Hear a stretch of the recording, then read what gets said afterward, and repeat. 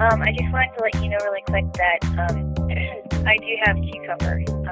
I checked my order and I do have a cucumber, so. Alrighty. I will talk to you later. Love you. Bye-bye.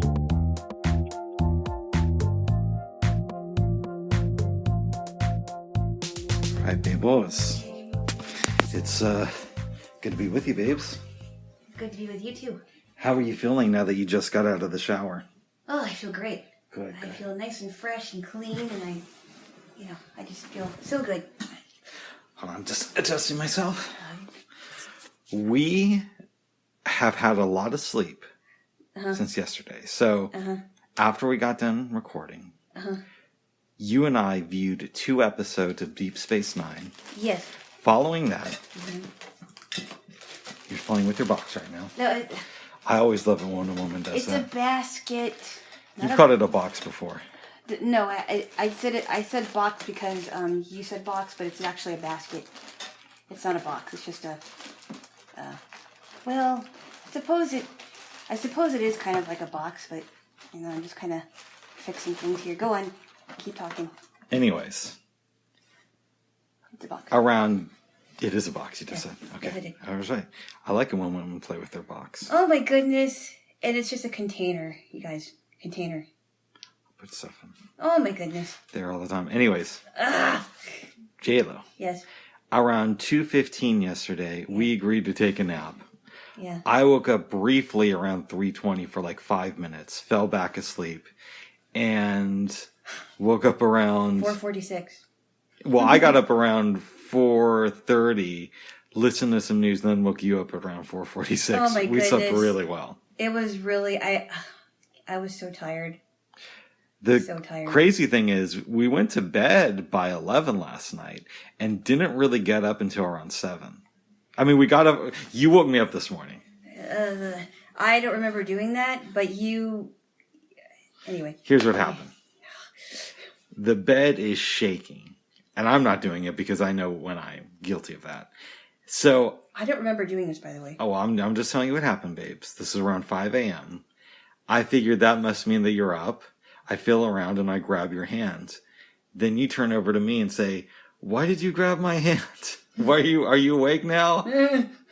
I did. I was like, what's going on? I think to myself, I thought you were trying to wake me up. No, I wasn't. I don't even remember doing that. I honestly think that you thought I was doing it. You were. No, I wasn't. I'm telling you, babes. I would know if I was doing it.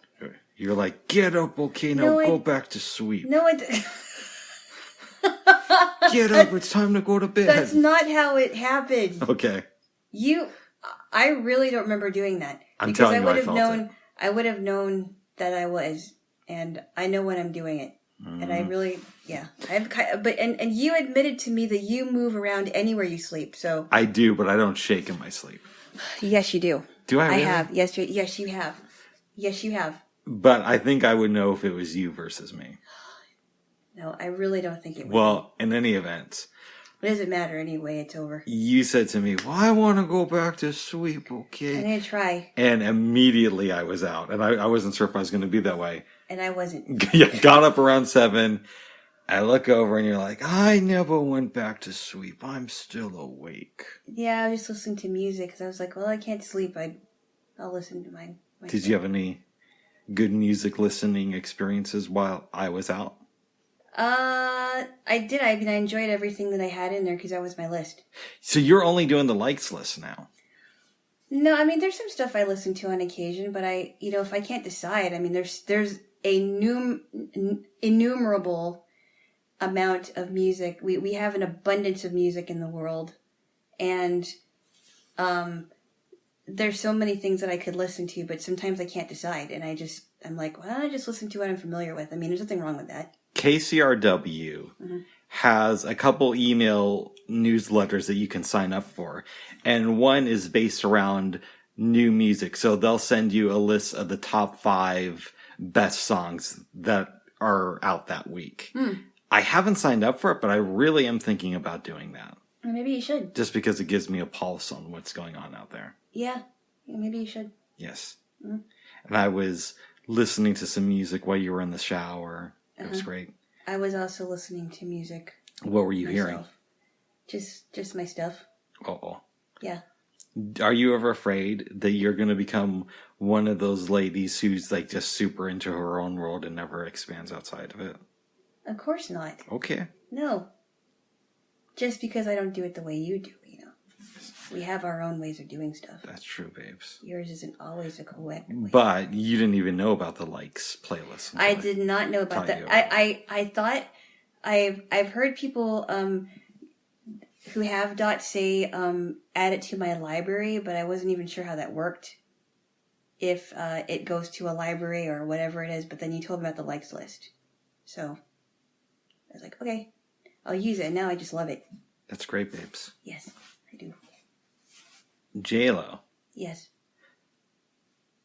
We watched a couple of episodes of Deep Space Nine last night. Mm-hmm. Or yesterday afternoon. Yes. Do you want to get into it, or would you like me to do it? I think you should take the lead on this one. Okay, and since this is part of the finale, which is like 10 episodes, I'm just going to treat it like it's one big episode. Mm-hmm. Right? Basically what happens, we start off, the Breen, along with Wayun, have captured Worf and Ezri. Mm-hmm. And they take them to get information out of them, right? So that's that plot line that's going on. Your girl, Kywin. She's not my girl. I don't like her. You are a big fan. No, I'm not. She's a villain. I don't like her. Didn't she used to come over to your place for Thanksgiving to talk to you about the prophets? No. No, she didn't. I didn't give her any mashed potatoes or turkey. Good. I spent Thanksgiving elsewhere. We are going to have to watch One Flew Over the Cuckoo's Nest one day because it's weird. She's played two iconic villains. But anyways. And Nurse Ratched, it sounds like she is a very dysfunctional nurse, right? You'd have to watch the movie. I don't think Nurse Ratched sees herself as the villain. And I think that Kywin thinks that she's a good person, too. No, she doesn't see herself as a villain, but she does it so well. I will say that. I wonder what that lady's like in real life, if she's like super mean or She might be nice. really nice. I don't know. Well, you know, you've seen shows, and it doesn't matter what show, where you see a really iconic villain like Kywin, and you just don't like the character. You just really don't like the character. You have like a love-hate relationship. But then I hear that a lot of times the actors who play them are really good at playing mean characters, but they're really nice in real life. That's what I hear. I wonder how much of that is this publicity, because, you know, in Hollywood, people can play a mean character, but you have to have likable actors for the public to I'll give you an it. example, okay? Go ahead. Alison Arngren. I don't know who that is. I was going to explain it to you. Go ahead. Until you interrupted me like you do all the time. I never do that. Go ahead. Yes, you do. Alison Arngren played Nellie Olson on Little House on the Prairie. And Nellie Olson has been known to be Laura Ingalls' nemesis. And she's just, you know, she kind of uses people and she's very manipulative. And the reason why she was so good at doing that is because it was therapy for her, because she was going through sexual abuse as a child. And she noticed that when she got older and she would run into people, they would be really afraid to talk to her because they thought she was really mean. And she's like, no, I'm really not mean. I just play a mean girl on TV. I just played a mean person. And she was on an interview and she's like, no, I'm really nice. I'm really a nice person. Well, see, I wonder that about Aaron Eckhart. I could see that. I just wonder, because I know that In the Company of Men, and I know I'm going back to this, In the Company of Men wasn't much of it wasn't really a well-known movie, but I would imagine if women actually, you know, if a lot of women saw it and they noticed him as Chad, I wonder if they go up to him and like, you know, you're a horrible person. What's got to be creepy is people who watch that movie go up to him and say, I always wanted to date somebody like Chad. I think we'd make a great couple. I hate deaf people too. That would be creepy if that really happened. I don't think it does. That would be very, very weird. Yes. In your own world, it would be funny, but... That's right. Jaylo. You got a very strange sense of humor. You know that? I got it from you. No, you had your own sense of humor before I even came into the picture. Okay, but you really amplified it. Really? Yes. Why? Because, you say crazy stuff all the time when we're not doing No, this. I don't. Yeah, you do. No, you do. Okay, what is? You do. Do you want me to recap DS9 or Yes. Go ahead. Okay. Go on. Kaiwen is still on the station hanging out with Anjo, who we know is actually Galdecott. Oh, yeah. They're chilling out one night after some probably lovemaking. It's very strange to Right. me, actually, honestly. Eating some treats, and she has a vision from the Paw Wraith. Basically saying, hey, you gotta help us out, bro, lady, and all this stuff. Yeah. She gets one of the orbs from the station Yeah. and does not see the prophets. Doesn't see them at all. We find out that Kaiwen has never been visited by them. She's never had a vision. Yep. It's late at night. Major Kira is called down to Kaiwen's quarters, where it's explained that I want to change my path. Oh, she's a colonel, by the way. I keep forgetting that. You know why? Because I knew her as Major Kira, but you're right. She's gone up in She's a colonel now. Just to let you know. Okay. And Colonel Kira is getting this lecture. Yep. From Kaiwen that she needs to change her life. That Kaiwen wants to change her own life. And Colonel Kira is like, it's not too late.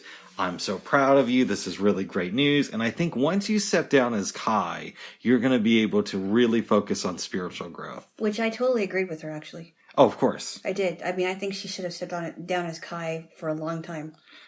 Yeah, well, I mean, Colonel Kira is very bright. And, yes. She has her own issues, but she means well. She definitely, I would agree with her. I agree with a lot of things with her, I guess. She's one of my favorite characters, and why do you think that is?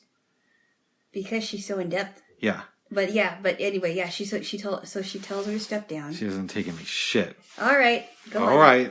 Go on, you. Kaiwen is like, well, maybe we don't have to go that far. Basically, rushes Kira out of the room, goes back to being with her man, and eventually leaves toward Bejor. You know what I think I'm going to do, babes? What? Since there's a few different storylines, let me focus on this one first. Okay. Instead of separating, and then I'll go back and try to cover the other ones. All right. Even though it's a little bit out of order. But that's okay. Follow me. That's okay. She's now in her office on Bejor. Anjo is there, and so is her assistant, whose name I can't remember. I don't remember his name either. Anjo basically tells her that, I have something to tell you. I've been sent by the Paw Wraith, and you, Adami, are meant to release them. We find out that there's a spiritual book that only the Kais have access to. And it's considered to be dark magic. It's hidden. It's from the general public. Yeah. If you know where to look, you can find it. But only the Kai can access it. So she sends her assistant to get a copy of the book. He comes back with it and says, no one has read this in over 700 years. It's very dangerous. I just want to make sure you're doing the right thing. Adami dismisses him. Yeah. Opens the book and there's nothing on it. Nothing in it. Yep. She can't figure this out. So she gets other books on black magic and is really, really studying to see how can she make this a readable book. Well, her assistant grabbed a little bit of DNA from Anjo. Eventually, skipping over a few things, but you're getting the gist. He comes back and explains, this isn't Anjo. This is your enemy, Galdecott. We have the tests to prove it. And Kaiwen grabs this knife. Yep. Galdecott is explaining, you know that we're meant to be together and we're meant to have this journey. You're supposed to release the Paw Wraith. Yeah. She eventually sides with Galdecott and stabs her servant to death. Yep. Takes over the knife next to the book. And I believe because it's now been an instrument of death, and the book is of dark magic, Yeah. that is what causes the writing to appear on the page. Wow. After she kills him. After she kills her assistant. Wow. Yes. That's kind of where we wrap up with Tywin. Yeah. And you're back to the box. Yes.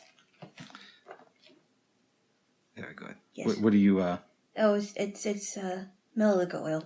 Oh, I need to get some more of that. Okay. Yes. Yes. In any event, babes. Now, moving on from there, let's go to Ezri and Worf. Yes, let's do that. Because this kind of coincides with Wayun. And it's still it's a little bit complicated. With Damar, yeah. I have to say two storylines at once, yes. kind of. Yeah. Okay. Ezri is hanging out in the brig with Worf. They're trying to get free. And they've each been interrogated by the brain, who basically uses this thing to scan their brain. Mm-hmm. This is complicated. So let me actually go to the brain and then go back to Ezri and Worf. Right. We know that they are now collaborating with the Dominion. Uh-huh. And the brain organize a strike on Earth, yep. which is the homeworld for the Federation. Yep. Which, spoiler, I've always found that part of Star Trek in general to be a little bit unrealistic. Ah. Like, why would, out of all the planets, why would Earth be the home planet? Yeah. But that is very weird. Yeah. In any event, I'm a human, so I'm not going to complain too much. No, well, they were humans that made the movie, so. That's true. Anyways, Earth was attacked, a bunch of Breen ships were destroyed, but they really scared the daylights out of the Federation during this. Yes, they certainly did. Now, Damar sees Wayun interacting with the brain and is thrown back by this because it seems like Wayun is more interested in aiding the brain than he is in helping Cardassia. For example, two things I will point to is at one point, Damar tells Wayun that he doesn't want to sign this peace treaty with the brain because not everything is in writing about all the concessions that Cardassia will have to make. Wayun explains, listen, this is what the founders want. You're doing it. The end of discussion. We'll fill in the details later. But this is for the good of our cause. Right? Mm-hmm. Damar also explains that these Cardassians are fighting a group of Klingon battleships, and we need reinforcements to win because there's a lot of good men out there. Mm-hmm. And basically, Wayun blows him off. Mm-hmm. We find out later that something like 500,000 Cardassians were killed during this battle. Uh-huh. Which does not make Damar very happy. No. He eventually makes the decision that he will free Ezri and Worf and give them access to a Cardassian shuttle to leave and get back to DS9. Mm-hmm. He does so. Okay. We're not done with Damar yet, but let's go to kind of Sisko's storyline in this, right? Yes.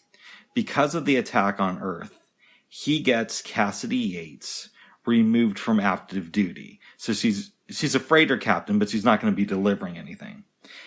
Cassidy flips out on him and says, listen, I know I'm your wife, but you can't do this to me. This is my career. This is my job, yep. He eventually relents because this is part of the war at home, which Martok told him about earlier. Yep. But then he is forced to take the Defiance out into battle. Yes. Because of all the things going on. Yep. And the ship is destroyed. They have to abandon ship. They do. Mm-hmm. Completely destroyed. There's a great scene on the bridge of the Dominion battleship. Yeah. Where Wayun is talking with the founder and saying, I can destroy all these escape pods that they left on. Yeah. And it'll be really fun. She looks at him and she's like, no, we want them to go back defeated because it'll send the message of fear to everybody. Uh-huh. Wayun is just like, oh, that's such a great idea, founder. What about that one comment where Damar was talking to Wayun and he's like, well, if you don't do that, then I'll say hello to Wayu9. Oh, that's great minds think alike. So this was earlier in the episode. Yeah. I forgot what it was, and I know I should know, considering how many times really I've watched funny. this show. Yes. But Wayun messed something up, and the founder wants to talk to him, and he's like, "Oh, I hope she doesn't have anything too horrific planned for me." To which Damar responds with, "Oh, I don't know, but if she does, I look forward to meeting Wayu9 because he's Wayu8, and Wayun's just like duplicate once they're They killed." do. You kill them off, but they multiply after. They materialize. I love that line, Yes. and I thought you would like it too. I thought it was hilarious. Yeah. That's great. But anyways, back to the storyline. Right. They get back to the station, Cisco and the gang. Shortly after, Esri returns with Worf, and they start speculating, why would Damar help you? Mm-hmm. Colonel Kira sees that there is a message that was sent over subspace radio signals. And it's basically Damar giving a speech to fellow Cardassians saying, the Dominion have ruined our way of life, and they did it without even firing a single weapon on us. Yeah. So now I'm calling on all Cardassians to fight back against the Dominion. Yeah. And he destroys some plant out in space that is responsible for manufacturing Vortas, which is what Wayun is. So Wayun can't duplicate after this one. Right. Oh, wow. Cisco says, let's find a way to get in contact with Damar and see if we can give him some help. Yes. And that's where the episode ends. Yep. I really like this. What do you think of this so far?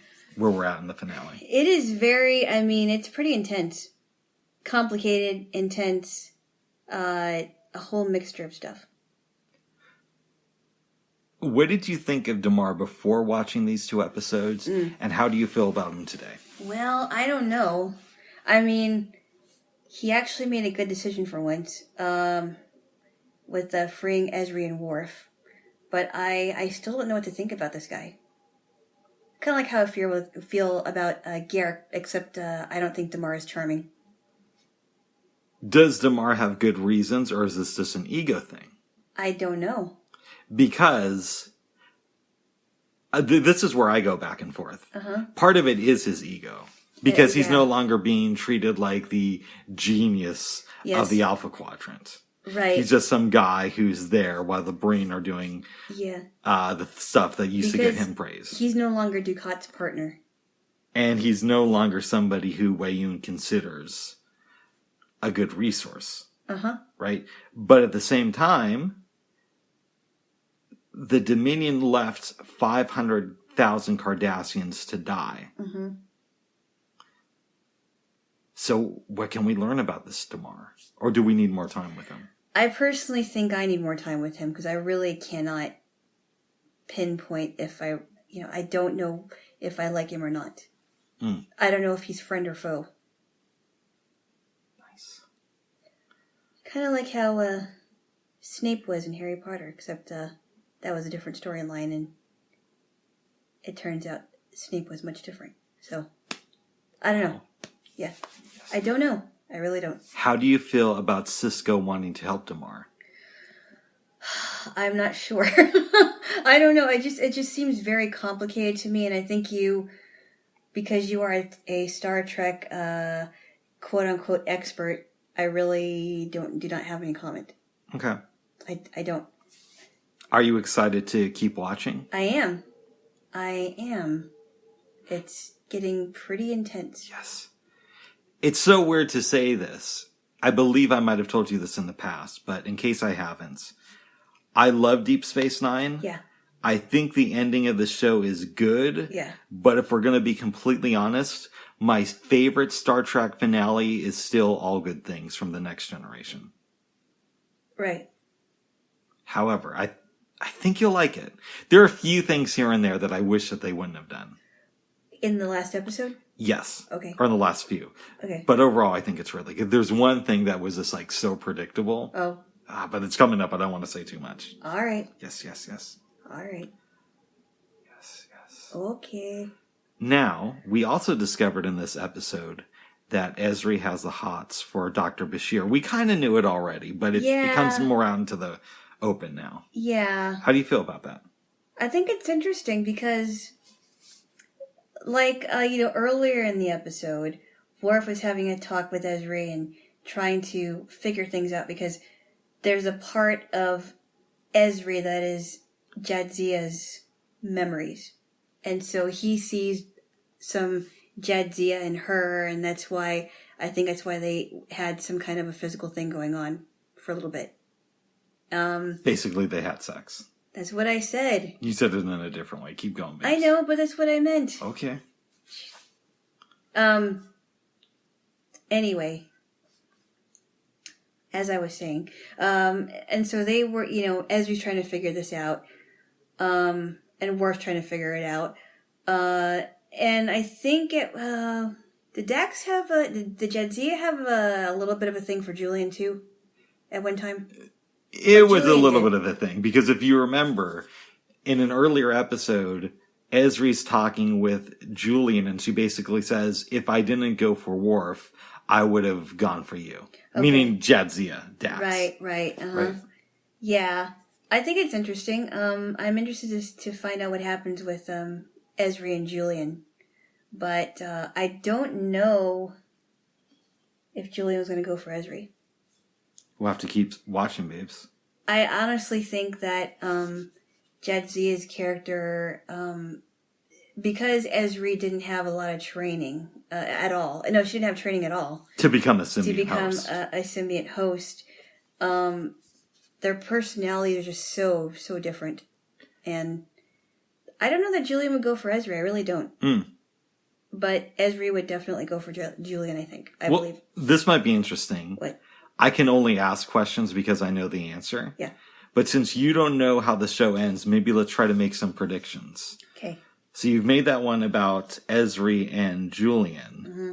Where do you see Kira and Odo at the end of DS9, as it stands right now? As far as I know, they're still doing good, but they're, a human, Bajoran and a shapeshifter. Bajoran and a shapeshifter. I don't know if marriages between Bajoran or relationships between Bajoran and shapeshifters last. So you're up in the air about that one? Yeah, I don't know. What about Cassidy Yates and Ben Sisko? I would like to think that they still remain together, but as the prophets had warned them, and it's really sad because I do think they make a really good couple, it's possible that they're going to have a lot of problems. But who knows? It might make them stronger. Gul Dukat and Adami, otherwise known as Kaiwin. Oh no, I don't think they last. Well, here's what I want to ask you because I didn't quite understand it. Tell me. Was Adami attracted to Anjo/Dukat because of the power that she thought that he had? That's my theory. Okay, because I was wondering why they got together. Because Kaiwin is really just out for herself. Yes, she is. Yes, she is. And you would think that somebody who conspired against her people, I'm trying to think of a good equivalent. Hitler would be too strong. Yeah. But he would be like one of the higher-ups in Hitler's army, right? Okay. You would think that somebody who did that much evil would be somebody who she would reject immediately. But because he can give her access to what she wants, power, right. She's into him. Okay. Okay. Well, that's that I don't think they last very long. Well, and if she's out for herself, and if Anjo is really her enemy, then that there would be reason for them to not be together. Maybe they end up opening a coffee shop called the Pa Wraith. A coffee shop? Yeah, after things... Called the Pa Wraith? Yeah, why not? Maybe that's what the Pa Wraith really wants them to do, is serve coffee and host poetry readings. It's a little bit weird. Okay. Whatever. What do you think happens with Quark and Rom?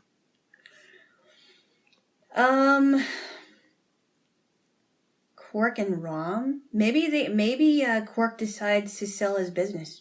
What do you think happens with Rom?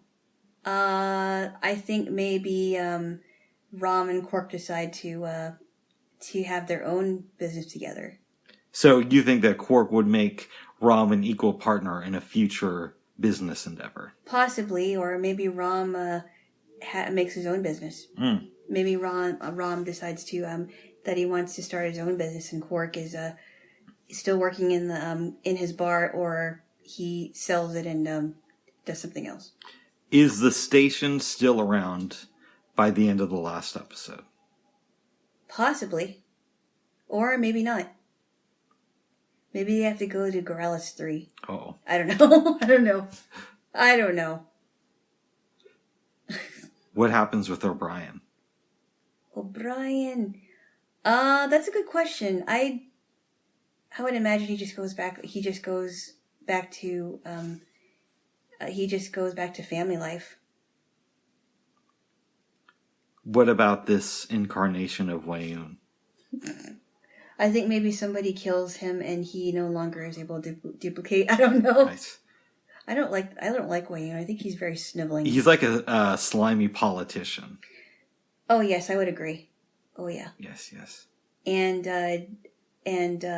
Damar is like maybe a step higher, or I'm not sure actually. Oh. I don't know. Yeah. Maybe somebody kills him and he can't he can't duplicate. It's a possibility, babes. Yes. So I feel that we've covered some good grounds. Uh-huh. Unless there's anything else you want to say about these episodes or characters at the moment. No. Well, I guess one thing. I'm interested to find out what happens with Jake and Nog. All the people that are more in the background. I'll tell you this, they start a farm together in Iowa. Really? Start selling goat's milk. Goat's milk? Yep. No, I don't believe that. Okay. I may have made that up. Yeah, I think you did. Let's keep watching. I thought maybe Quark and Rom did that. Uh-oh. Started an organic farm and Right. decided to raise goats and milk them. We're being very authentic. Or they decide to make organic Ferengi soap. Yes. Or the worms that they eat. Ew. What do they call those ones? I forgot. Grubs? Grubs. The grub worms. Ugh. Yes. Yeah, they do. Like they have like a grub harvest. What do you call it? A farming. A grub farm. Yeah. Yes. Yes. Or they decide to make desserts called lemon Ferengis. Anything's possible. Babe. I don't know. I'm just kidding. Okay. Moving on from Deep Space Nine. Like. If you want to. Yes. Okay. Last night, I was confused. I didn't know what to show you, going back and forth. Yes. Before we watched your movie, My Father the Hero, I said, we're absolutely watching Swingers tonight. And after it, I'm like, maybe we should watch Bugsy instead. We're going to watch Bugsy tonight. Probably. Okay. You But don't have to be married to that. You can choose another movie if you still don't know what to do. okay. Last night, we watched My Father the Hero, followed by Swingers. Babe, maybe you should take the lead on describing the first movie. I will, because I saw it so many times, thanks to said relative. Your sister. My sister. Older or younger? She's my twin, bub. I was going to guess. She's a minute older. Okay. I was going to guess your older sister. The one who's a minute older. All right. You know why I thought it was your older sister, babes? She's not that much older. No, but you know why? Why? Because this film has a little bit of language in it. And not that, I mean, I'm sure your younger sister curses, but because... Oh, no, she's the worst. Oh, good. But, hold on. Because she was younger at the time, my assumption would be that your older sister would be the one who would be allowed to watch movies with cursing in it, since your family was so strict. We watched a lot of movies with cursing in it, but the only thing is that we watched it with our parents.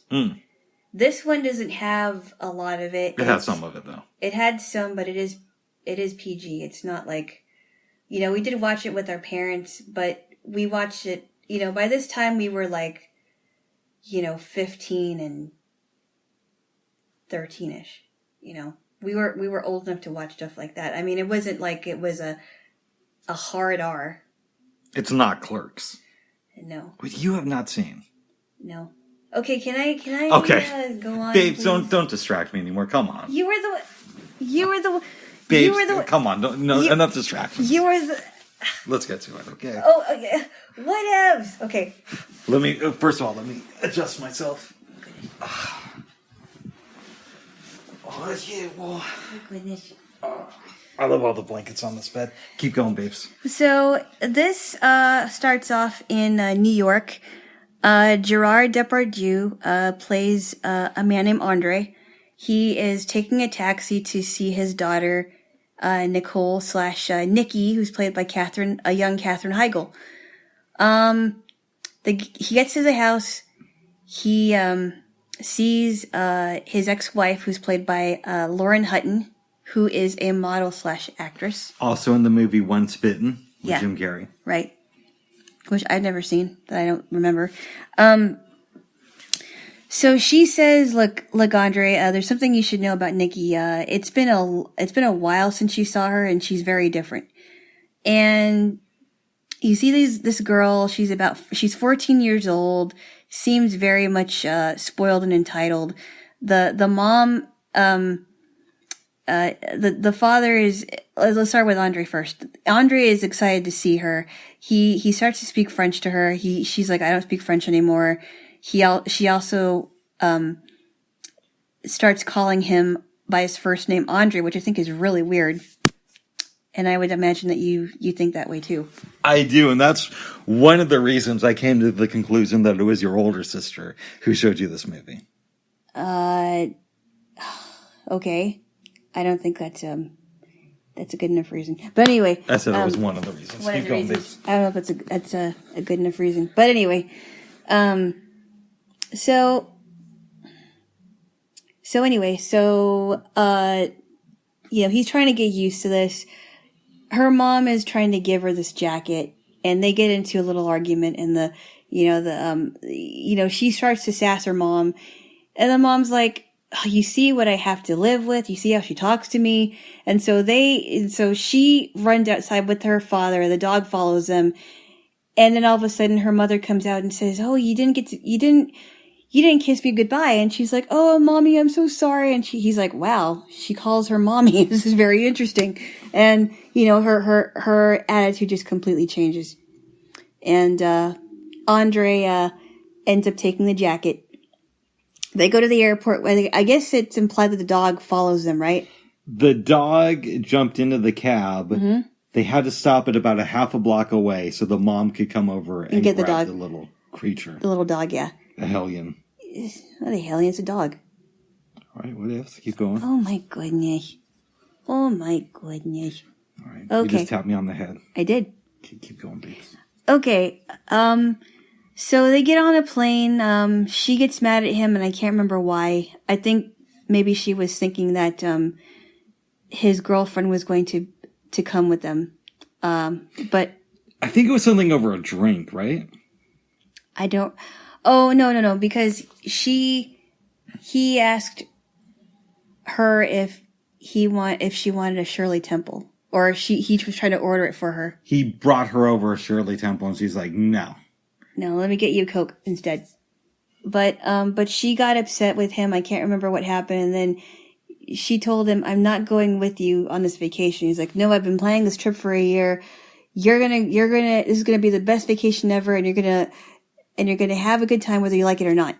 So they go to this Caribbean, I think it's a resort, right? Yes. A really nice Caribbean resort. There's a whole bunch of characters they meet. There's Diana Blaine, who is like man crazy, and she tries to hit on Andre, and she's actually a quite a funny character, I think. And I think she actually works at the resort as well. I thought she was just vacationing as well. No, because remember, okay, I'll get to that later. Nikki meets Diana. Diana introduces Diana to her father, Andre. And she's also trying to see if there's any young people, because most of the people that are there are older. Well, you remember that part when she says, it's after 6, I'm off duty. I thought she was joking when she said that. Maybe, I don't know. She might have been vacationing, I don't know. Okay, anyway, that's besides the point. So, she tries to hit on Andre, and then there's, who's that one guy that played Ned Ryerson's nemesis? No, the guy who played Ned Ryerson. Yeah. Stephen Tobolowski is in this movie. No, but he was the one that went after,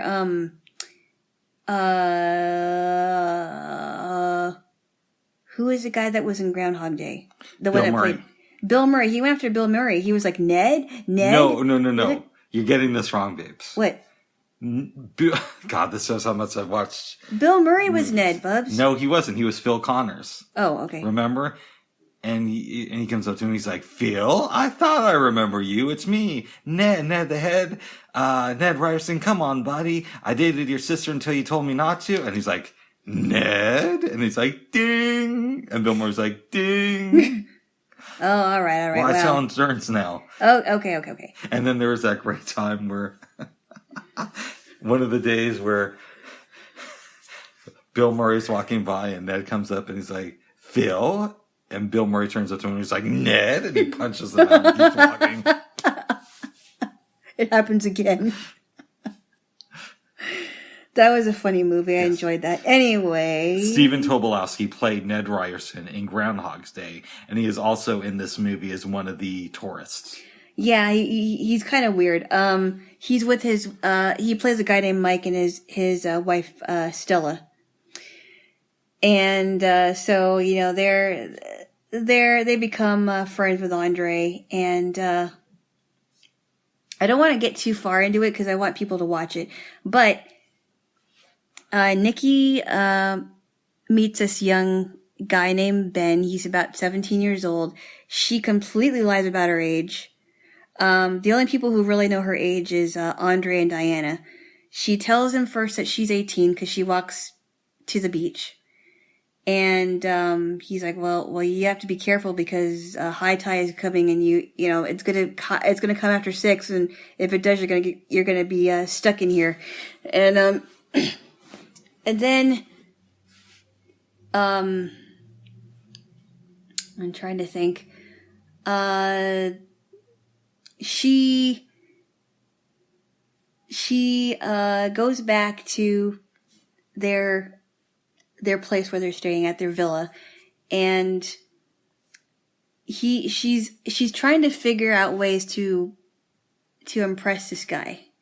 And that's when she starts to lie about Andre and saying that Andre saved her from a life of crime and you know, she ran away, she was doing dope and all those other things. And she got a lot of her stuff from a talk show and said that, you know, my father was in prison for armed robbery and my mom was a prostitute and she ran off with her pimp. Really elaborate stuff. Stuff that, you know, 14-year-olds should not be saying about their parents. So Ben, that young guy that she is, has been talking to, has been telling other people like, oh, he takes advantage of her and all these other things. And he's also, you know, telling them all these things about Andre and Andre's wondering why they won't talk to him. And, I want you to chime in because there's so many things that I want to get into, but. There is a scene where a talent show is going on. Yep. And she runs off during this time. Who does? Nikki. Yes. But more importantly than that, it comes out that Gerard Depardieu knows how to play the piano. Yes. He's asked to come up on stage, play some French song about a guy who's into little girls. Thank heaven for little girls, but it's not about a guy. And so he's wondering, why is everybody leaving? And they're just like, oh, that's it, you know, and they just are disgusted. And so they get out of there, and then before he knows it, everybody's left, and he's like, what did I do? That was kind of funny, actually. So, there's a lot of things that happen. People are avoiding him. Nikki finally says, hey, Daddy, can I tell you something? But you have to promise not to get mad. He's like, why? He's like, well, you know, it's like, well, I don't understand. Like, why are the people not talking to me? It's like, well, I told Ben something, and he said, what did you tell him? He's like, I told him you were my lover. And then she's like, and I think for the sake of authenticity, we should make this official. She takes off her top and... Hey. All right, I may have made that up. Okay, babes, back to the description of the movie. Come on. I gotta do this. Okay, get in that armpit then. Okay. All right, that's enough. I didn't even get to get... like, oh, Andre, I've been looking... All right. Back to the story, babes. It's a PG movie, bubs. That's why I was surprised. It's not X-rated. Go on, babes. Keep talking about the movie. Tell me about this film. Ow! Sorry, babes. You all right? Yeah. All right. Okay. And so he's like, what were you thinking? I think I'm a child molester. It's like, how many people did you tell? He's like, I told a few people. It's like, how many? All of them. He's like, all of them? Are you crazy? I think I'm a child molester. He's like, you're yelling again. You have to tell them the truth. And so, there were scenes where, Andre's character almost died because, one scene is when, he's water skiing and Ben's driving the boat and he thinks this guy is an idiot and thinks he should be killed, and he almost kills him because he's on the back of the boat and he's driving too fast and they keep going over rocks. I would imagine he would probably get hurt, and he's yelling in French, so anyway, it's terrible, and it all comes to a head because Nikki runs out and she's holding onto this boat, right? Yes. She's holding onto the boat, and the ocean is really, really... She's in the boat at first. She's in the boat, yeah. But because of the ocean, she's thrown off of it, grabs onto the side, and both Ben and one of his friends, along with Gerard Depardieu, go out to save her. Right. And so she gets in the boat, but then Andre's missing. And he's like, well, where is he? And he's like, he's gone to jump in to save you. And he's like, where is he? And he's in the water. And it comes out because she's really, really frantic, and she's like, Daddy, he's drowning, hurry. And so Ben figures out that Andre, in fact, is her real father. And so she's very upset when she gets that note and saying it's obvious that you love Andre and, this isn't going to work. So they decide to write a letter, and it's pretty corny. They go to his house, and Andre breaks the window because she tells him, well, this is where his room is. and then she ends up, she ends up putting the letter somewhere we can find it. He gets the letter. Andre tells her to repeat whatever it is, and it's very corny. Yes, it was so bad that we're watching the scene, and it was you who called the movie out for being corny, not me. Which it usually goes the other way around. What he said, what they were saying was corny. Yes. There were some parts of it that were corny. I can say that. Okay. But I thought the corniness was funny. It was so corny, it was funny. But anyway, and so she admits to Ben that she loves him, and Ben's like, well, maybe I'll see you at the dance. She's like, okay. And she talks to her dad, Andre, and she's like, where'd you get that stuff? Your eyes, your hands, you make my heart sore. It's so lame. Because that's how love letters are. Anyway, they go to the dance, and it's like the biggest event of their stay. And she's like, oh, he's not coming. And she's like, oh, give him time. He'll come. And explain what happens when he gets there. He comes in, they go out to the beach, and they dance while there's a backdrop of water behind them. I think they kiss too. Yes. And if I remember correctly, I heard that in this movie, this was like her first official kiss. And then she came out later and said the guy was a horrible kisser. No, she didn't. No, I'm making that part up. Keep going, please. And so, so she tells her father, he's like, "You're right, Daddy. This is the best vacation I ever had." And so, fast forward to the end, he's leaving a message for his girlfriend Isabel, who is played by Natasha Richardson, but you don't see her. I don't know if you see her or not. In the last scene you do, and they may have shown her earlier on because it's one of the subplots of the movie, is he keeps calling her. Yep. And getting these messages on his answering machine. But he calls, she picks up and he says, "I really want to marry you and I want to have a kid and it's got to be a girl." And I make sure it's a girl. And that's the last scene. And that was like a very corny scene too. It was, but it didn't bother me. It didn't bother me at all. Oh. I knew that there was some corniness to the movie, but it didn't bother me. And it's a chick flick. Yes. You know, it's some chick flicks are very corny, so it doesn't surprise me. I enjoyed this movie. I'd give it between a 6.5 and a 7. Okay, that's not too bad. I'm glad it wasn't a 3. But let me tell you a few issues I had with it, if that's okay. Oh, okay. So, presumably, everybody at this resort is told at some point that Gerard Depardieu is a pervert. Right. And one of the things I'm curious about is the girl that he's friends with. Her name is Diana. Since he's hanging out with them, word must have gotten back to her about this. Uh-huh. Why didn't she correct anybody if she cares so much about him? And not just him, but her own reputation. I don't know why. I mean, who knows why? I don't know why the writer of this movie or whoever wrote it didn't want her to get. Maybe she didn't want to get involved, or maybe they didn't want her to get involved. I don't know. But it's a bad look for her if she's hanging out with a guy that everybody is saying is a pervert. Even from that aspect, you think that she would tell some people this is what's going on, right? Because she never. I don't believe she ever wavered her feelings towards Nikki and Andre. No, because she knew the truth. She knew that Nikki was just saying this, but she doesn't bother to tell anybody else this. But this is just a movie. I mean, I don't know why the writers or writer did not want to put that in there as to that she should have defended both of them. But who knows? I really don't know.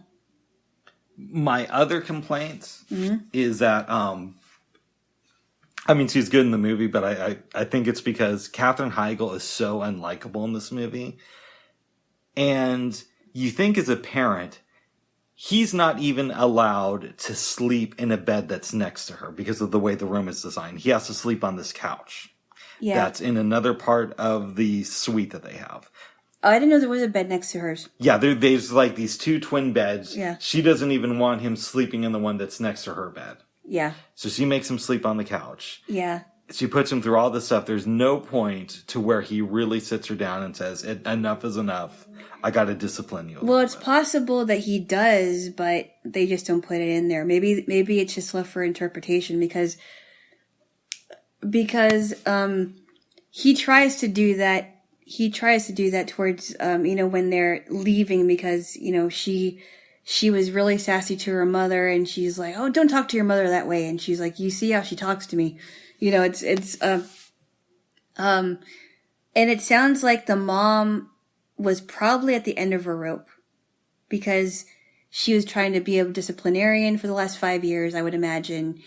And Gerard Depardieu wasn't there, and maybe that was her way of lashing out because, and not to say that that's an excuse, but maybe that was her way of lashing out because he wasn't there and she doesn't know how to, interact with this man.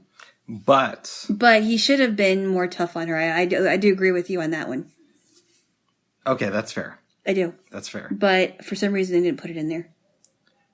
I thought it was very corny that he would call up his girlfriend at the end and say, "We have to have a kid together." No, he said he wanted to. It's not that he had to. They had to. He said he wants. And especially, too, you have to consider that Katherine Heigl, at one point they're having dinner, she says, "You're going to go off and have other kids and completely forget about me." Yeah. So now he wants to do the thing that Katherine Heigl is afraid of him doing. Right. What? No, finish your thought, and I can go back to my question. That is kind of weird. But yeah, I know. But do you think that it is a passive-aggressive form of revenge against his daughter? Like, now that she's been so cruel to me during the last week or so, I'm going to have a kid and completely forget about her. No, I don't think that's what it is. Maybe he's thinking that after this vacation, things are going to be much better. And maybe when they have a child and when they get married and have a child, when him and Isabel get married and have a child, maybe he'll have a chance to be a better parent to both the kids, because the other child, whatever they have, a boy or a girl, will be with him more, and maybe that will make Nikki grow up a little bit because she has a younger sibling. That you'll see once every 5 years. I don't know. Let's go into some analysis. Or do we want to talk about the Siskel and Ebert thing first? No, I don't know. I mean, it's their opinion. I know Siskel and Ebert didn't like it, but that's okay. It's their opinion and it doesn't bother me. We watched their review of it after. Yeah. Viewing this picture. Well, it was later. It was after the second film. We were getting ready for bed. And I said, I believe there's a YouTube clip of them talking about this movie. But we don't have to go there. No, we don't. What does this film tell us about the breakup of families? It's so common. It really is. It's really sad. It's very sad because a lot of these couples their hearts are so hardened, and that causes a lot of divorces. And some people get divorced over the stupidest things, and we don't know why this couple got divorced. And it's sad because the child is put in the middle of this. It's very sad. What do you think happened to Nikki emotionally as a result of their parents breaking up? Her parents. I think she was very emotionally affected because her father wasn't around for 5 years, apparently. Her mother is trying to do the best she can to keep Nikki disciplined and feels like she probably isn't doing a very good job. And Nikki has started lying because she wants attention. You know, obviously she's screaming for attention. And she thinks that if she lies to Ben, that she's going to get that attention. It's really a vicious cycle. Would you agree? I would concur with that. Yes. It's a vicious cycle. Yes. A lot of girls go through that. I know that you face that a lot and you were constantly lying. No, I didn't. Oh. Okay, stop tickling me. That's not cool, babes. I had to do that, bub. You tickled me fully. Sorry, babes. Mm-hmm. Well, good. Good. Alana? Yes. What do you think happens between Nikki and Ben?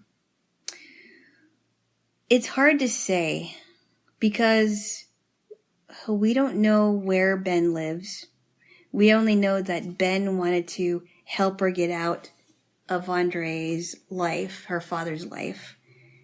And they were going to, remember when he said, we can take our boat out. You know, I can take my mom and dad's boat, and I can help you. Cause he knew how to drive it. But it's possible they just share this one summer romance and then they go off and do their thing. And who knows if Nikki really tells him the whole truth, because she lied about her age. You know, she lied about her age and she lied about the relationship that she had with her father. So who knows if they still stay together. I'm not sure that they do, but because it's a 14-year-old kissing a 17-year-old in a romantic way. Yes. And it might just be a summer romance and that's it. And then they just go their separate ways afterwards. She goes back to New York and something. I don't know where he is, but he goes back to doing what he's doing. I believe at some point in the film, Andre is having dinner with Diane, and she says that Nikki wants to kiss Ben. And Nikki wants that first kiss. Right. Do you really believe that, or do you think that Nikki has been sexually active at this point? Not on this trip, but before going on this vacation. I don't know. I don't know. I have no idea. I mean, it's a PG movie, so it's like it's. I think it's up for interpretation. I think it's a little bit unrealistic that a 14-year-old would be having their first kiss. Well, some people have their first kisses later. You know, not everybody has them before they're 13. Those were extremely sheltered people, I think. Because, well, maybe that's because I had my first kiss way before the age of 14. Yeah, see, that's because that happened to you way before you were 13. And so I think for you to say that people that don't have their first kisses before 13 is sheltered, I think is a little too much. It just strikes me as weird. It's not weird. Okay. It's not that weird. Come on. Ugh. Let's be real for a second. Oh, come on. Okay, babes. Yes. Where is Nikki today?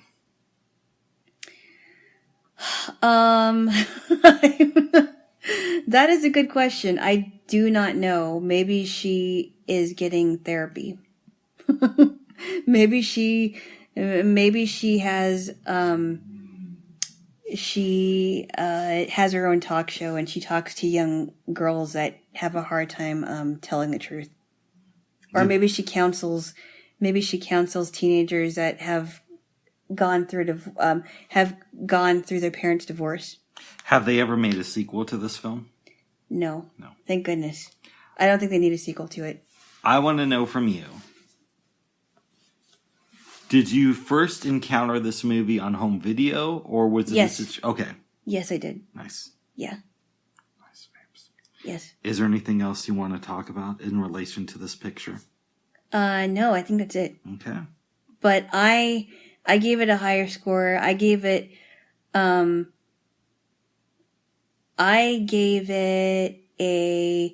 7.5. Or I'm sorry. Yeah. I gave it a higher score just because I liked it. It's not quite an 8 because I think an 8 is, I think this movie does have some corniness and everything, but I would give it a strong 7. Yeah. Moving on. Yeah. In October of 1996. I remember where I was. Well, where were you? I was in high school. Okay. Yeah. Very good. We're happy for you. All right, that's good. I go to the movie theaters. I'd heard something about a movie called Swingers, but I hadn't really seen it. Mm-hmm. The previews, I mean. So I didn't really know what it was about. Buy a ticket, go in. It's a packed theater.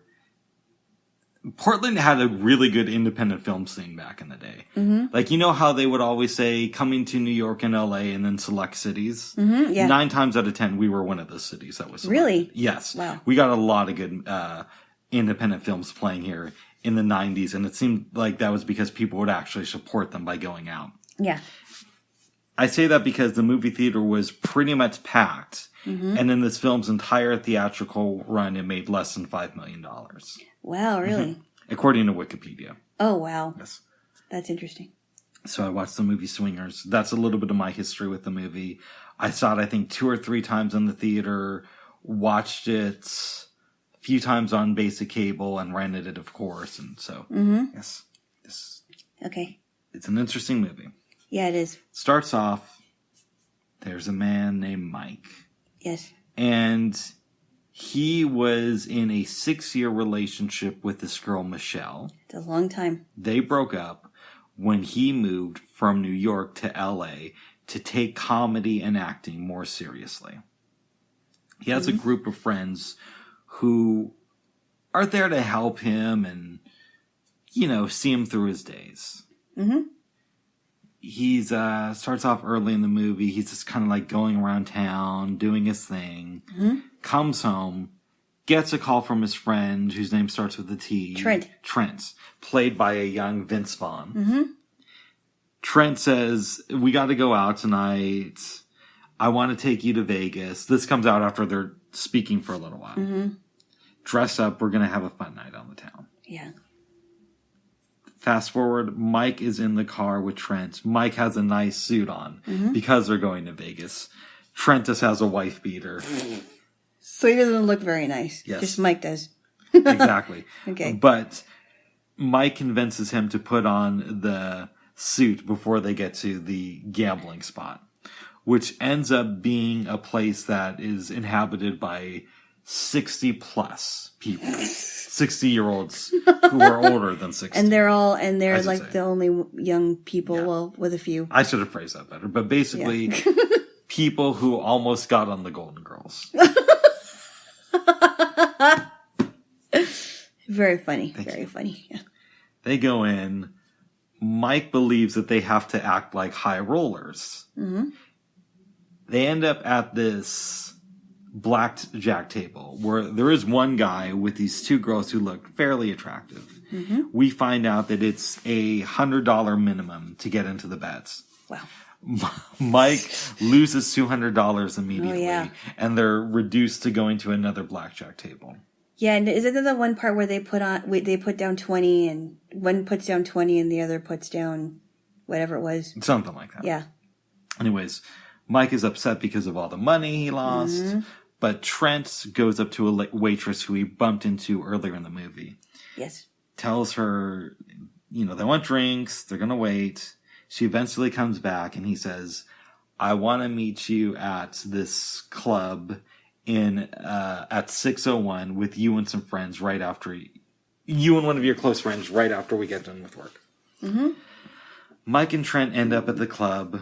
They meet the girls. One of them is dressed as Dorothy because he plays her in the Wizard of Oz revival at Vegas. Oh yeah, yes. Yeah. Go off to a trailer. They're hitting on these girls. Trent goes into the back with, I believe, the waitress. Am I correct with that? I believe so, yes. And he's like, let me just check on my boy. He looks out at Mike, and it looks like he's making out with this girl. Yeah. But she's really just leaned in because he's telling the story about how badly the relationship is. Yeah. It looks like they're kissing. And we don't know the names of these women. Oh, good, because I'm horrible. I don't know the names of these women. Good, and they're not a big part in the movie. No, they're not.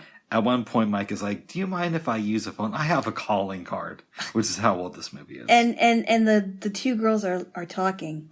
And Trent is basically just has underwear on while they're talking about, oh, it's so cute. Oh, Mike is so sweet. Yes. And they're just like fawning over Mike because they're like, oh, this guy is so sweet. And they're just like, ignoring Trent because Trent does not know how to talk to women. He does not understand women. No. It seems like earlier you could just tell. Mike and Trent eventually return to LA. Mike goes out golfing with a friend of his who just moved out, but he knew this guy from the East Coast. I forgot his name. The goofy guy. I forgot what his name was. Was it Rob or something? I think Rob might have been it. Okay. Yes. He's the goofy person, right? Yeah. Yeah. At one point, Mike says, have you noticed I haven't brought Michelle up today? And I've had friends do that as a passive-aggressive way of crowbarring their ex into the conversation. Yeah, which is really annoying when that happens. It is annoying. It's like, have you noticed I haven't talked about... And that usually means we're going to spend the next hour and a half talking about them. Oh, I understand. Yes. Yes, I do. Yes. Mm-hmm. Babe, have you noticed that I haven't talked about any of my ex-girlfriends today? Well, I would hope not. They're out of the picture. Good. I was just, in case you didn't notice. No. I'm joking, babes. Yeah. Have you noticed I haven't talked about any of my ex-boyfriends today? Well, that's good. That's good. That's the way it should be. That's right. That's right, Jaylo. Yes. I actually don't think that's true. What? When we were having cocoa. Oh, yeah, but yeah, I know. But that was, I forgot why. I think that there was a reason why I brought that up. But that was just today. Oh, I remember what it was. We were talking about our first dates. And you were saying, was it awkward for me? And I said, it was awkward because you kept bringing up all these guys. It was a second date, by the way. That's right, in my place. It was a second date. And I said, well, you have to understand, I was very, very confused. A lot of guys wanted to hit it. Not really. I mean, get with all. They probably thought about it, but they weren't, anyway. We almost didn't have a third date, but life happened and we are together now. That's right. Yes. Okay, go on. Back to the movie, babes. Oh, I think we should explain because I think this is important. Trent and Mike are talking... Into the Rat Pack. Yes, they're very into the 50s. And so a lot of the ways that they talk about women, like they call them babies, beautiful babies. They call each other baby, which is really weird. They do. They do. That was weird. And he even calls, Trent even calls Mike gorgeous on occasion, which I thought was really weird. This is really weird. I'm like, men should not be talking to each other like this. Yes. Whatever. Anyway, okay, so go on, please. All right. Eventually, the guys decide to go out and hit the town. We get a Deep Space Nine reference in this movie. Yeah. So Mike auditioned with this guy who he sees at one of the parties. They go over and they start talking. And I'm only mentioning this because it's relevant to the movie. Mm-hmm. I hate it when people just do this without any reason. His friend is black. And he's like, they're talking about pilot season. And his friend says, oh yeah, I'm still trying to explain to my parents that I didn't get Deep Space Nine. Which I'm assuming meant that he was going to play Commander Sisko. That was hilarious. That made me laugh. I thought that was funny too. I thought you would really like that. Yeah. And there was a scene when they were out partying that basically helped Vince Vaughn have a huge career. Explain it, please. Okay. He sees this girl smoking a cigar, and Trent thinks she's really attractive. Eventually, he goes up to talk to her and finds out that she's very nutty. She's very dramatic. We hear the music from Jaws playing in the background. It's great. He turns around and rips up her number. Now, the rumor I've heard about that scene, babes, is that Steven Spielberg, because he directed the first Jaws movie, owned the right to the music used in it. Mm. So if they wanted to use any sound from it, they had to get approval from him. Mm-hmm. He watched the film, saw Vince Vaughn's acting, and cast him in the second Jurassic Park film based on that movie. Oh, wow. Which helped him go a lot further in his career. Uh-huh. Yes. Wow. And I choose to believe that story is true. Okay. Anyways. That was an interesting scene. Yes. He looked really, really bored, apparently. Yes. They're partying. They're having a good time. Eventually, they end up at this bar when Jon Favreau, a.k.a. Mike, goes up to this girl. She's like, I think I saw you at Starbucks. Yeah, you had me introduce you to my manager because you wanted a job there. And he's like, that must have been a while ago. He's like, no, that was 2 weeks ago. Yeah, he goes back. He's feeling defeated. Vince Vaughn sees him and says, I want you to go back over there, but I don't want you to be the PG Mike. I want you to be the guy from the R-rated movie. We don't know if we should root for him or not, and get her number. Yeah. He does it. Yeah. He's feeling good. They leave the bar, and his friend Sue is accidentally hit in the shoulder by a group of guys who's coming to go into it. Mm-hmm. He starts to freak out. Mm-hmm. Him and these other guys start yelling at each other. And he takes out a gun. Yes. The other guys just run off. Mm-hmm. Mike and Sue kind of get into it. Sue tells Mike, we know that you're bad with women because if you've been laid once since you've been here, we would have known about it. Mm-hmm. Basically, Mike storms off, goes back to his place, and this is one of the most iconic scenes in the movie, where he calls Nikki's voicemail. I think it's 3 or 4 times. It's 5 times. 5 times, yeah. And he's like, I don't know if this is going to work out or not. And he's like, you know what? I'm here again. I think your machine tried to cut me off, so I'm going to give you my number. Yes. And then it's like, can you just call me back? Because I really want to talk to you in person. Then the last message is like, Nikki, I'm sorry. This is just not going to work out. It's not you, it's me. And well, no. Then he calls back again, and she picks up, and he's like, have you heard any of this message? And she says to him, I think I said she's like, but that's because I speak really fast. She says, don't ever call me again. Yes, and hangs up the phone. For good reason. Couple days later, his friend, who we are going to be calling Rob, comes over to his place with some food and sees that the place is dirty. Mm-hmm. Mike hasn't been shaving or anything. He sits down, and Mike explains to Rob that he's thinking about going back to New York. Mm-hmm. Rob tells Mike, Your problem is you don't look at the things that you have. You have an agent. You haven't been having the best gigs, but you're working. And this is beautiful weather out here. Yep. Mike says, but I still think about Michelle every day. Rob says, the pain will eventually go away. She's not calling you because she's living her own life. And you left. Yes. And you've got to live your own life out here.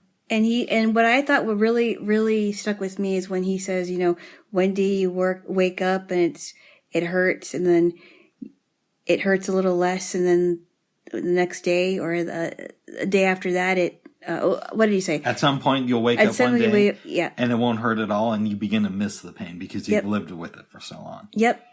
Mm-hmm. Yeah, he's like, just as much as you missed her. Yes. And I'm like, that is really interesting. Some time goes by. Eventually, Mike goes over to Sue's place again. Mm-hmm. And he sees the guys who Sue pulled out the gun. And they're playing a video game. Yeah, and it's explained to him, oh no, we actually ran into those guys when we went to get some waffles. And waffles. And what's the guy Trent cleared it up. Trent cleared it up. They're cool guys. Yeah, they're cool guys. And he said, and I'm really, really sorry about what I said. I mean, yeah, they apologize. They hug it out. Hit the club again. Mike goes to the bar to talk to this girl, Lorraine. Yes. And it comes out that Mike loves quiche, even though it's a girl's a quiche Lorraine is a type of quiche, I think, apparently. They start talking. Eventually they dance. Mike gets her number. Yep. He gives her his card, which has like the Groucho Marx duck on it. She recognizes that, and he's surprised because no comedy club owners have picked that out. Yeah. So he's really excited about this girl. Yep. Goes home, goes to bed, wakes up the next morning, goes over to his calendar, puts her card onto it, and X's out a day, realizes that he has 2 more days to go before he can call her. Yep. He gets a call. It's Michelle. It is Michelle. She explains she misses Mike. I've been thinking about things. She wants to talk to him.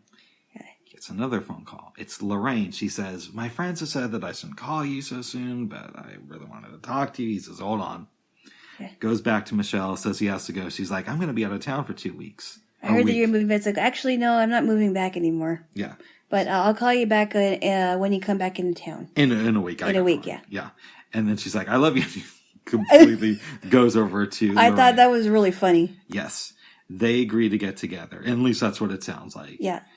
Last scene, I believe, is he's in the bar, or in a diner. With Trent. Yeah. And his other friends, I think. No, it's just him and Trent. Oh, is it? Okay. Yeah. They're talking about life and everything. And I love this part. Trent sees this girl across the way behind Mike who's making faces, and Trent thinks that she's really into him. Yeah. So he starts, making kind faces of ogling, at her. Yeah, ogling her. And she gets up and she picks up a baby and he's like, we're going to go bye-bye. Yeah. And he's completely clueless. Yes. And that's the end of the movie. He's completely clueless. And then he realizes Trent, was it Trent that asked Mike, did you call her back? And he's like, nope, I didn't call her back. That was before the baby part of it. Right, that was, yes, yeah. And he says, it didn't occur to me. And Trent's like, it didn't occur to him. It didn't occur to him. Yes. Yes. Yes, I know. Yes. I would give this movie like a strong 7 to an 8. You were laughing through it, and at the end of the movie, you're saying, it wasn't that good. But before I could say anything, like as soon as I saw the video, I'm like, what did you think? And you were like, it wasn't that good. I'd give it an 8. And then you were like, maybe I'd give it a 7. Okay, I give it a 7. Maybe not a 7.5. You kept going back and forth. I know, First it was I know. An 8, then a 7.5. No, it's a 7 now, and I'll tell you why. And and I'm going to stick with that. I'll tell you why. I think it's going to be a 5. No, because this movie seemed like it was more of a guy's movie, and I don't know. It was. I thought the 50s lingo was kind of interesting. Mm-hmm. That they were living in the 90s, but they were obsessed with the Rat Pack or whatever it is. So I kind of thought that was kind of interesting, and there was some funny parts to it. But I don't know. It just seemed like too much of a guy's movie to me. But it's not a bad film. It's not a bad film. No. By any means, it's not bad. It's just not necessarily my favorite. But I did enjoy it. but I'm not like in love with it. If that makes any sense. I'm assuming that there are some guys in your life who have not gotten over you. Will you send them a letter without any return address recommending this film? No. Okay, good. Would you recommend this movie to anybody? Yeah, I think I would recommend it to like a guy who has broken up with a girl. Maybe that would cheer him up. Whoever it is, but yeah, I don't know. I just think this just seems like too much of a guy's movie to me. Now I'm really curious to see what you think about Bugsy. I'm a little worried about that. I'm not really a fan of gangster stuff. Yeah. What does this film teach us about getting over breakups? It takes time. I can tell you with the breakups that I had to get over, and even the ones that were short, like, and it doesn't count the ones that don't count are the ones that I actually broke up with the person. It doesn't even matter if it's like a 2-month breakup or whatever it is, or if it's off and on. It really does hurt. It hurts. What can we learn about rejection from the movie Swingers? Well, some people will go through rejection, but you dust yourself off and you try again, as Aaliyah would say. What about the pleasure of pain? The pleasure of pain? Because when Rob is at Mike's apartment, he says, at some point you begin to miss the pain. I don't know if I could say that for myself, though. If I ever missed any pain of a breakup. Okay. It's interesting how he phrased it, because I never missed the pain of a breakup, because I know how painful it is, and I never wanted to feel that pain again. If that makes any sense. It does. So I don't know if I can agree with him on that part. But you said that this is one of the scenes that really spoke to you. Well, it stuck with me. It stuck with me, and I don't know if it necessarily spoke to me. The part that spoke to me was when he said, some days you'll wake up and it's gonna hurt, and then it hurts a little less, and then one day you'll wake up and it doesn't hurt anymore. That's what spoke to me. Because it's true.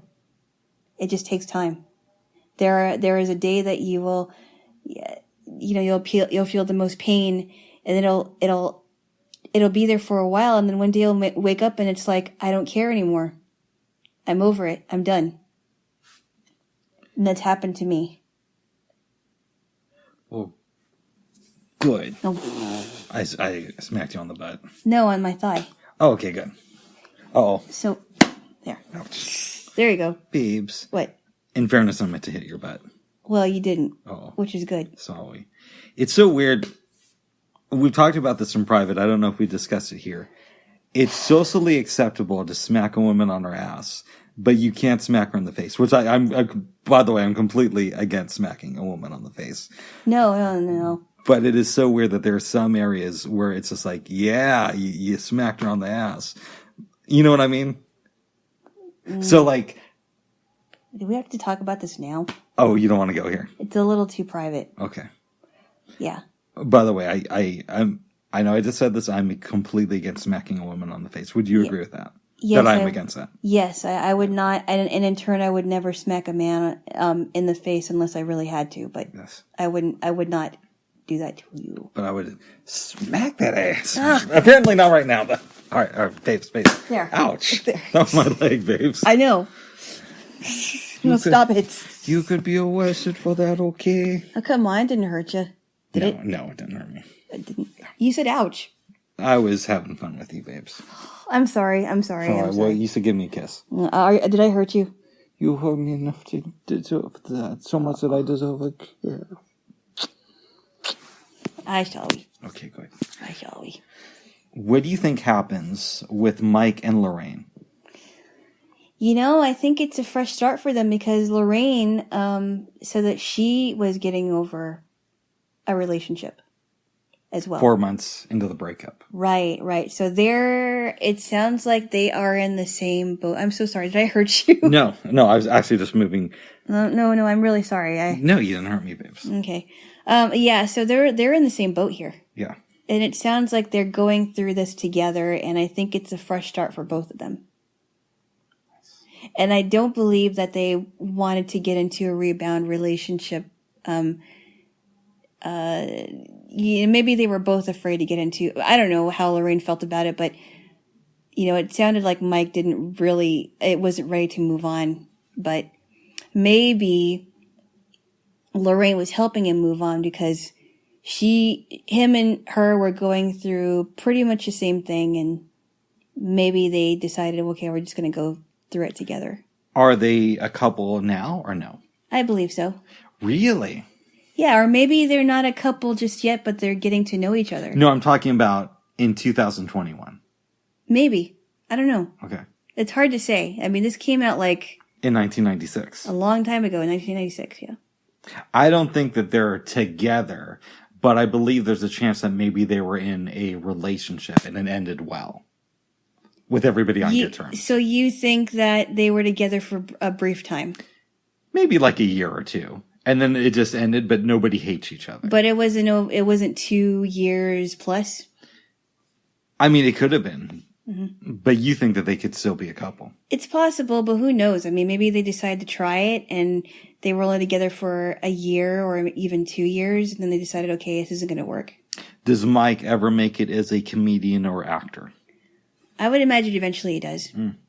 Yeah. What about Trent? I don't know about him. I don't think that he is successful at getting women.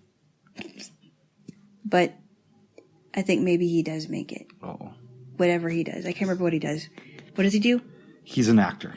Okay. Maybe he does make it, but I don't think he's successful with women for a long time.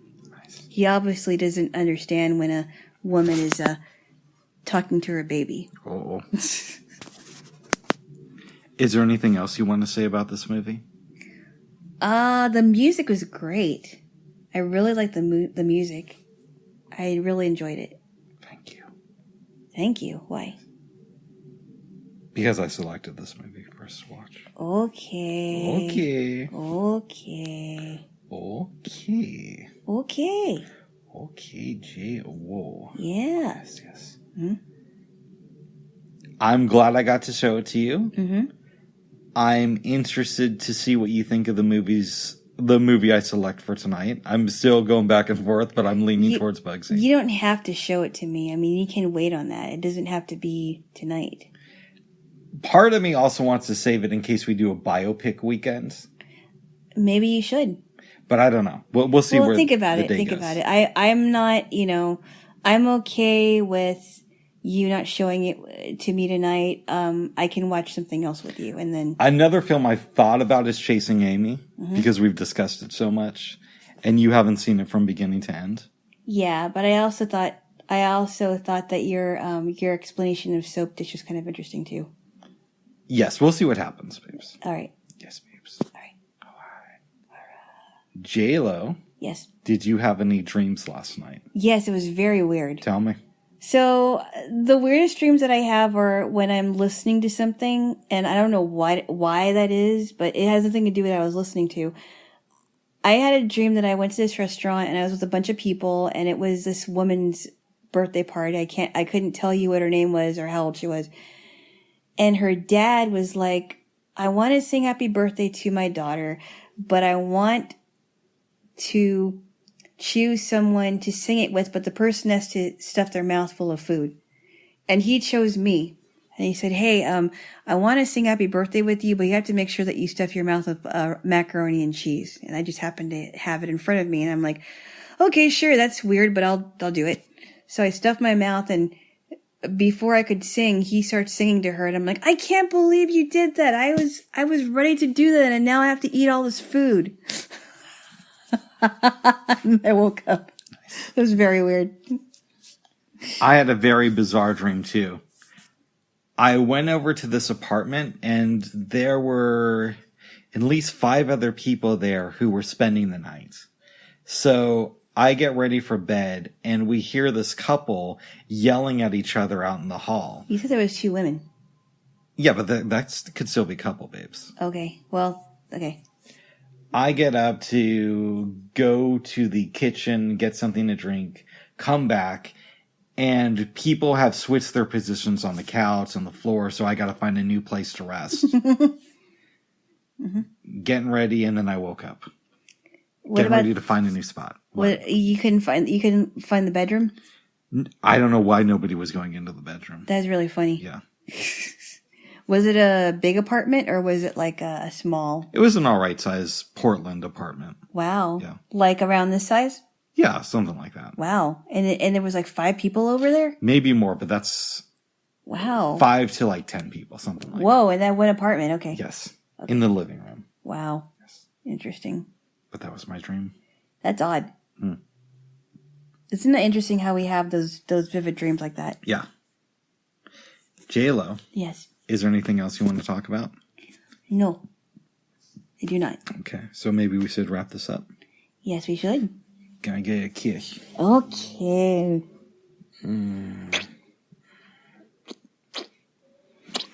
All right. Okay. I think this is it. We did it, babes. We did. Yes. We did. All right. All right. Bye-bye for now. Bye-bye for now. Bye.